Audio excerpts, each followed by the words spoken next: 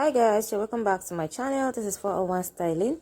Today we are going to be drafting a notch collar jacket pattern, okay? And for us to be able to do this, we are of course going to be needing our pattern paper just like I have here, and we're going to be starting with the back pattern. So here I have the starting point where all my vertical lines is going to be. So I'm just going to label this as the shoulder line, just like you see me doing. And from this shoulder line is where we are going to have every other lines, which include the chest line, the waist, and the jacket length. Because this is going to be the back pattern, so we do not need our bust line.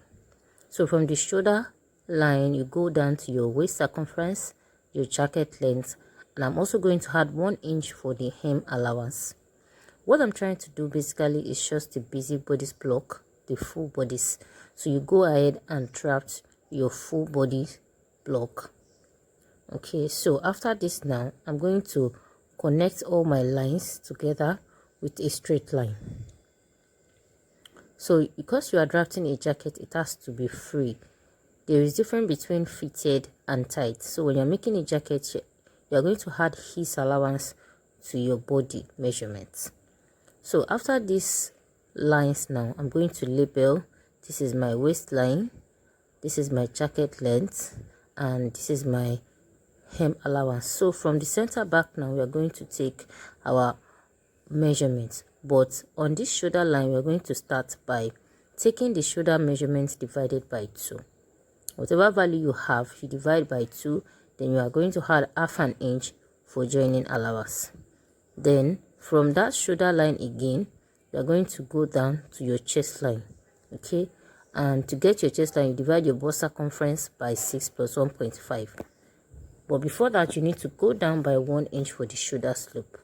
So from that point where you have your measurements, you're going to go down by 1 inch. But before that, you're going to mark the neck measurements, the neck width and the neck depth of 3 inches by 1 inch. Then you are going to connect with a curve rule to give you a round neckline. After connecting with a round neckline like so, you are going to connect the neck width back to the 1 inch for the shoulder slope like so. So from this shoulder slope, you go down by half of your shoulder measurement, or you just go ahead and do your calculations. Whatever you get, you are going to mark it. Okay, so then from that point, you mark your half of the measurements again, that is half of your shoulder measurement. You can simply measure from the shoulder line like so. You measure towards the center back. What I'm trying to do here is just to get a straight line. Okay, and from the shoulder slope, you connect back to that chest line. So this line that we have here, we are going to divide into 2 because you are trying to create our armhole. Now whatever value you have there, you are going to divide into 2 equal half, or you just fold your tape into 2 like so to get the midpoint. And you can also use your cm if you have an odd number using your inches. So from that point, you are going to come in by 0.5 and connect to the shoulder slope with a straight line. Then on your chest line, you divide your bust circumference into 4.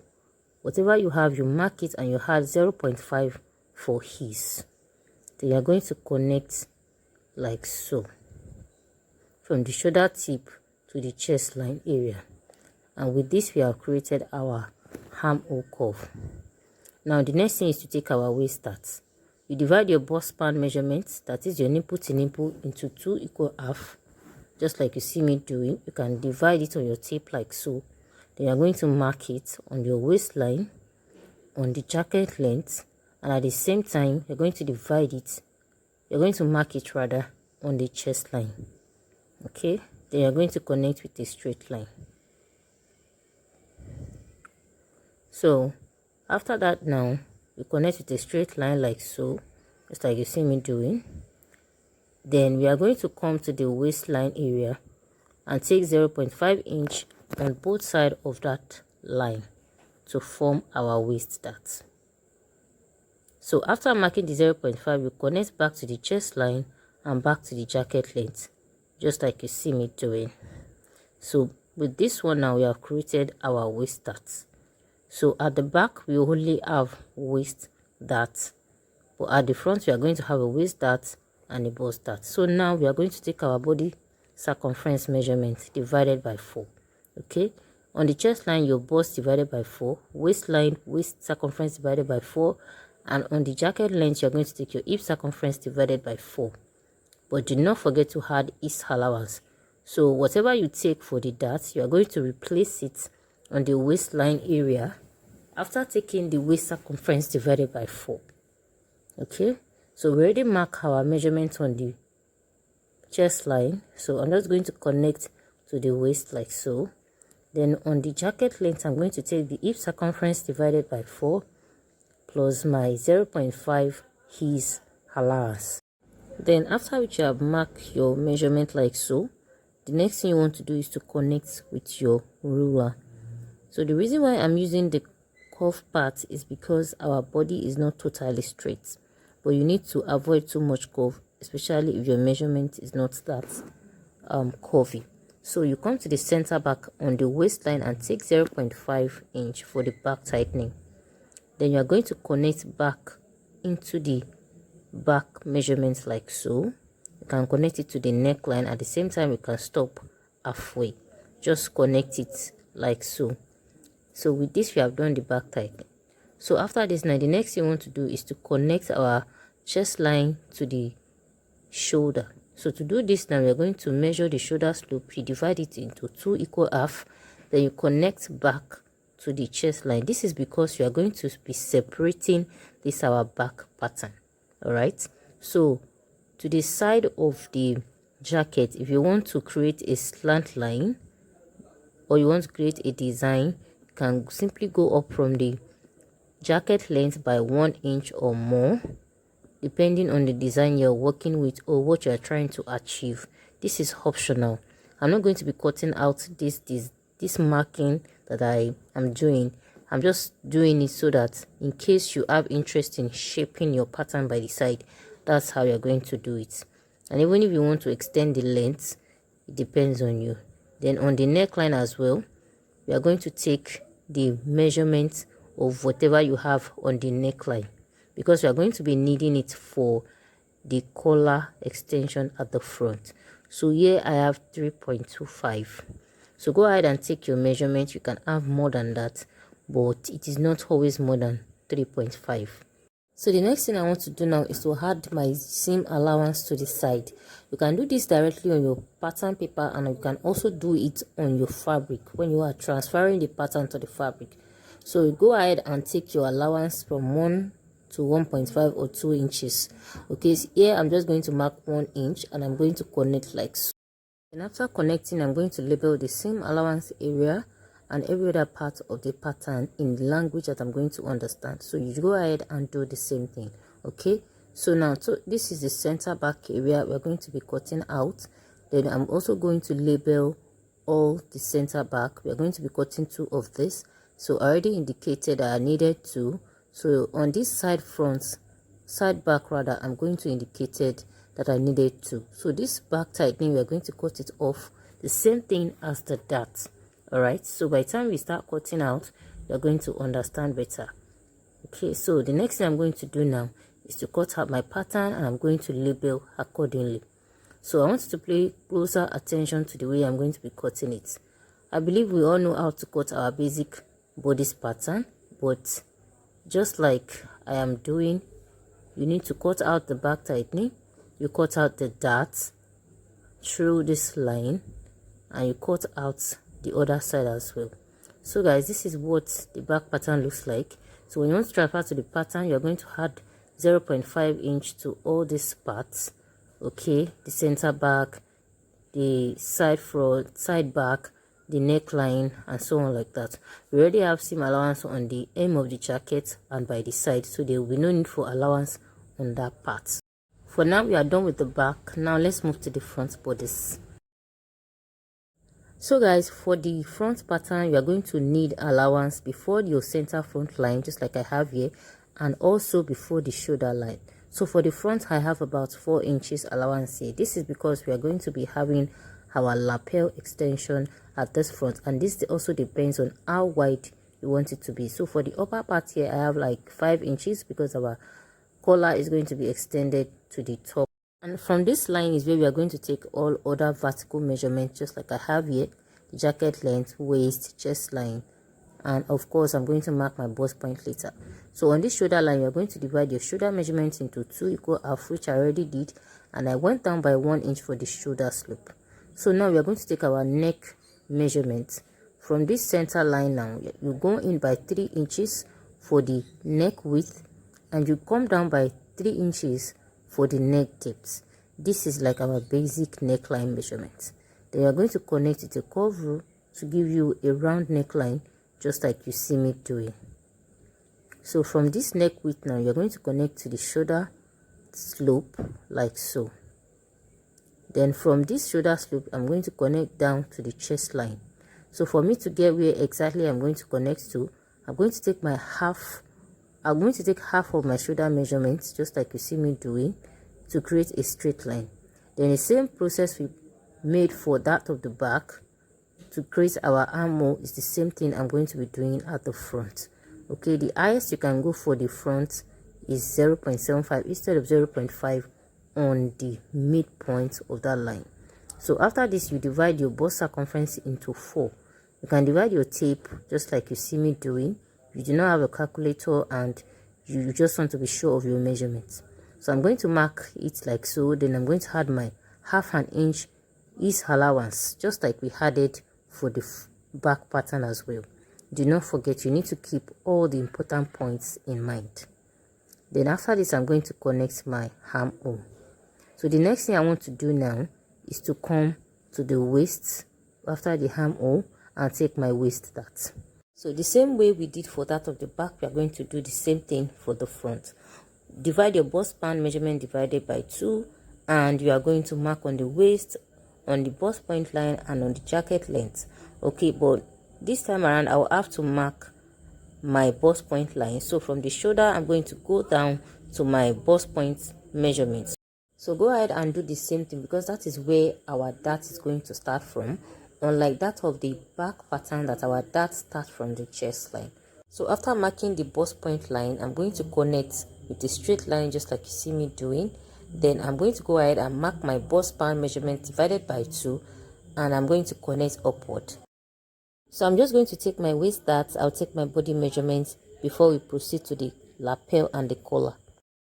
After that, the next thing I want to do now is to take the bust dart. So your bust dart is the difference between your front length and the back length.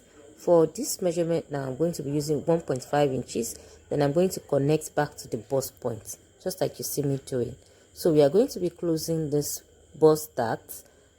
And before we could do that, we are going to open up the waist dart.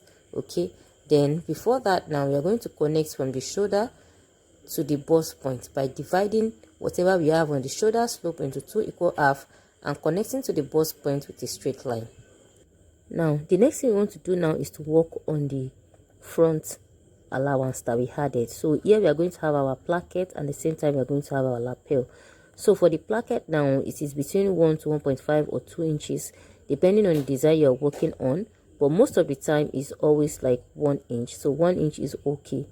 The neck depth now, just like you see me doing, you're going to mark 1 inch down to the hem of the jacket, and after marking this 1 inch, you're going to connect with a straight line. So your placket is also known as your button allowance. After that now, you can go ahead and label your placket. It is optional. Then this is where you are going to have your button, as many as you want. Okay, so after this now, we want to determine the break point. The break point is simply where your lapel is going to stop and you're going to have your button. So it can be below the waist, on the waistline, or even above the waistline. So for this one, I'm just going to maintain the waistline. I'm just going to extend this waistline. Then I'm going to connect from that point to the neck width. So to connect, you are going to connect this front line, this immediate line here, not the center front line. Then you're going to connect to the neck width, just like you see me doing. Okay, so this is where you're going to flip to the front by the time you are done sewing, and your button is just going to follow. All right, so from here now, we are going to mark our lapel. All right, so for the lapel now, you are going to decide on how wide you want it to be, especially if you want a design in mind.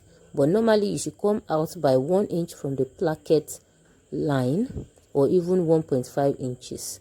Then you're going to connect with a straight line like so, and from that point you connect back to the break point, just like you see me doing. Okay, whatever type of design you want to have, make sure that everything falls back to the break points. Okay, because you want your break points to align. Then when you are connecting this, you can either have a straight line, at the same time you can have a slight curve, or maybe any design of your choice. So here is our lapel. Okay, so after the lapel, now we want to create the notch. Okay, so just like the word notch collar jacket, so we are going to go up from this immediate line. This is our lapel line, by half an inch or 1 inch or even 0.75 inches. This depends on how wide you want your lapel to be. Then you are going to connect to this middle line, just like you see me doing, with a slant line.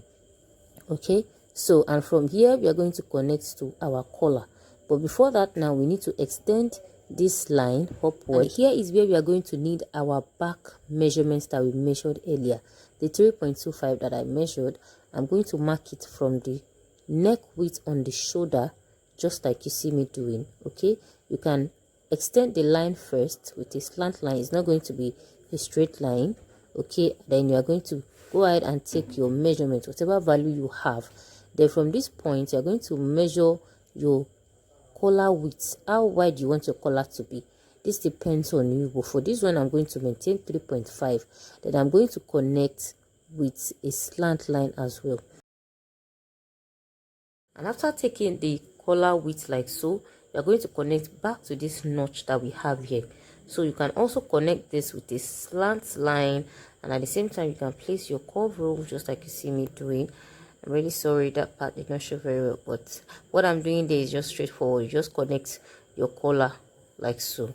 All right, so this is our collar, and it's going to be on fold. All right, we are going to be cutting it on fold. So that'll be all for the lapel area.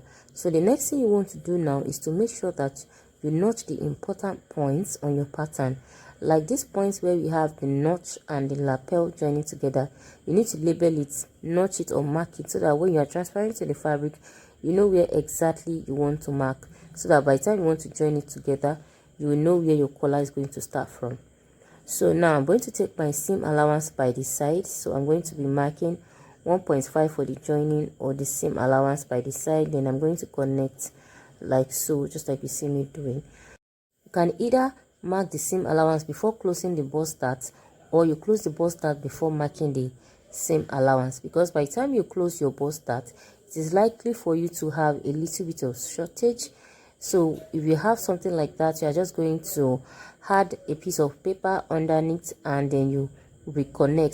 So before that, I'm just going to cut out the front. I'll cut out the collar before we cut out the waist start and close the bust start.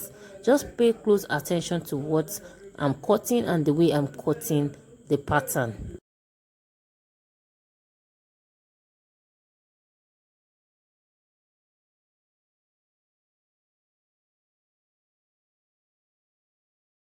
So this is the collar, and this is the part I'm going to be joining to the neckline. So go ahead and label your pattern accordingly. Then I'm going to continue by cutting out the side, the armhole, then the hem. I did not add allowance to the hem. I'm going to do that on my fabric. Then this is how our lapel is going to look like by the time you flip it to the other side. So this depends on the design you're working on or you want to get. So now as for the waist start, I'm going to slash through like so, because I want to close the bust darts, just like you see me doing. Then by the time you close it, you will realize you have shortage. You reconnect, just like I've said earlier, and this will be that about your bust darts. Then you open up your pattern like so and cut out the waist darts. Now I'm going to compare the back length and the front length. So I already have my hemming allowance on the back pattern. I'm going to fold it in and I'm going to place it on each other like so. Remember, we do not have hem allowance on the front, and as you can see, the length is now equal. This is the essence of our bust dart. So your front pattern is ready. After this, now you go ahead and label your pattern in the language that you will understand. I keep emphasizing on this in case you want to cut this, you can go ahead and write the measurements you have, the bust, the waist, and the length, and so on like that. Then you're going to be adding 0.5 allowance all through except for the side front. Okay, so guys, this is all. Our pattern is ready to be transferred to the fabric. You're going to be cutting the collar as well. You are going to be cutting 2 of this, and it's going to be on fold. So do not forget to notch that point where your collar and your lapel joins together, and it's going to be like this by the time you are done sewing. So it's important you note that point. So guys, that'll be all for this tutorial. Please do not forget to subscribe to the channel, turn on the notification bell, so that by the time I drop the sewing, the cutting and sewing of this video, you'll be the first person to know. And do not forget to like this video, share, so that we can reach as many people as possible. If you have any comments, any requests, or any thoughts about this video or our previous videos, kindly drop in the comment section, and I'll be dropping the link to some of our videos as well that might interest you. Thank you very much once again for always supporting this channel, and do not forget to subscribe. Till next time, I will meet in my next tutorial. Thank you very much. Take care of yourself and God bless you. Bye.